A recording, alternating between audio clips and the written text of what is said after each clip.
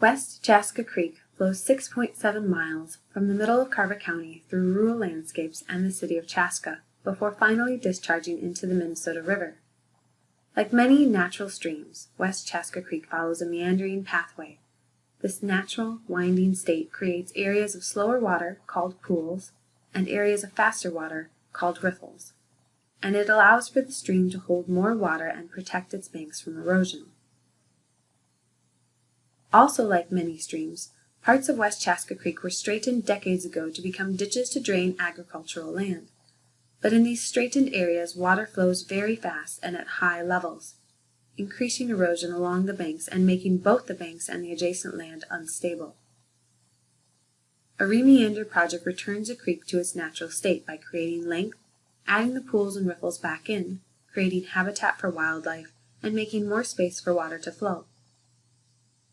The West Chaska Creek Re-meander project was recently completed. To take us through the project details, we visit with Tim Sunby, a water resource analyst with the Carver County Water Management Organization.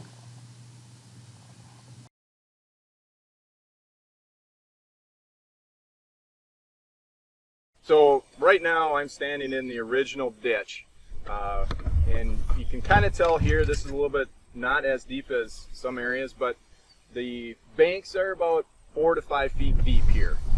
What this does, it really constrains the water that comes through here, and it doesn't allow it to interact or get out of its banks to lessen we call it the hydrograph, or the peak of the hydrograph, where it's really flowing through here. There's a lot of power, a lot of erosive power of the water coming through here. There's no ability for it to get out of the ditch and kind of disperse along a floodplain.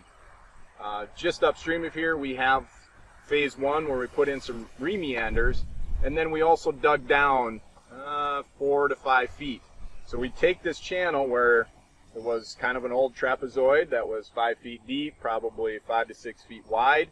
We narrow that up, and then we lower the banks. So the banks in the new sections are only about 1.5 feet to 2 feet. Well, this will allow for larger storms. The water can get out and slow down and move around the floodplain a little bit and kind of soak in and have some interactions with plants. The way I usually describe it for people on, if you're skiing downhill, if you want to go really fast, you go straight. If you want to go slow, you just kind of slosh back and forth. So it's the same thing with the river. We want to slow it down. That's kind of the natural tendency for a river. It doesn't want to go fast.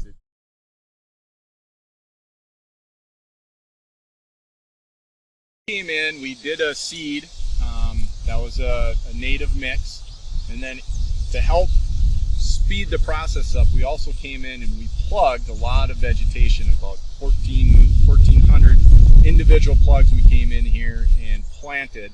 And these plants were, I think, about 13 different species that we put in here that range from some grasses, a couple different types of grasses, to blue flag irises, turtlehead, to cardinal flowers, to, I think there's some blazing stars, brown-eyed Susans in there, coneflowers.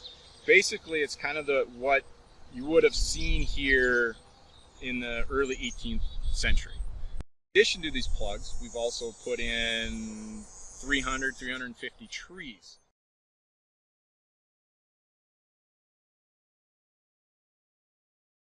Phase 2, we're going to come back and actually plug this ditch. We have material that we excavated out of here just kind of sitting on site.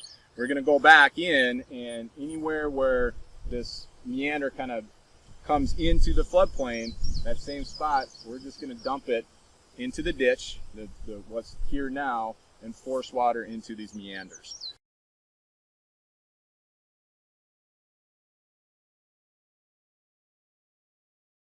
This is the first one that we've done in Carver County as a WMO for a re-meander project. This approach is kind of one that you're trying to get this stream back to a natural state, a more natural state, where we're removing the human constraints on a river system and allowing nature to really come in and do its thing.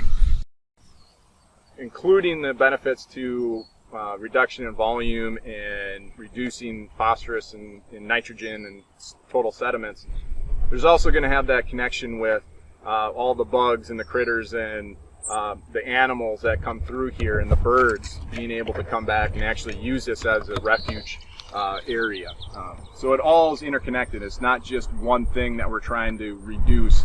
It's all real ecosystem-wide improvement that we're making in this area.